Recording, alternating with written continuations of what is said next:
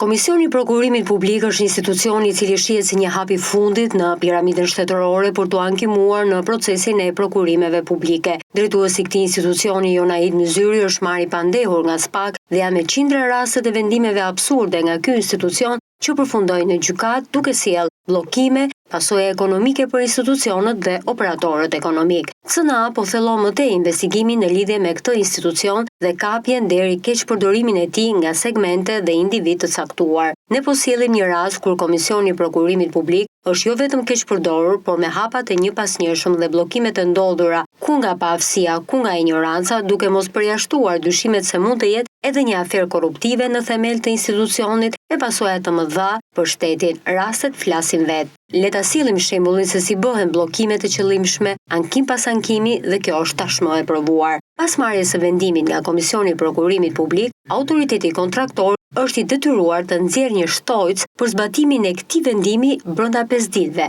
dhe më pas Komisioni i Prokurimit Publik të shprehet nëse do të heq apo jo pezullimin. Rastet kur Komisioni i Prokurimit Publik nuk i heq pezullimet janë kur nuk është zbatuar vendimi i tij nga ana e autoritetit kontraktor. Në shumë ankesa të evidentuara së fundmi, përpara se Komisioni i Prokurimit Publik të dalë me një vendim pezullimi ose jo të operatorit ekonomik, bën një ankesë të re dhe Komisioni i Prokurimit Publik merret me shqyrtimin e saj duke e pranuar. Këtu ka një parregullsi ligjore sepse procesi duhet të mbyllej kur Komisioni i Prokurimit Publik të shprehej lejohet apo jo vazhdimi i procedurës dhe i hapave të mëtejshëm, jo të vazhdojë me ankesa pas ankesave. Këto manuvrime bëjnë që loja e ankesave të mos ndalojë kurrë dhe procedura të mos realizohet. Nga pas qëndrojnë në hije lidhjet e forta të ankimuesve të qëllimshëm, ku gjithçka duket e qartë se duhet kalojë nga duart e tyre.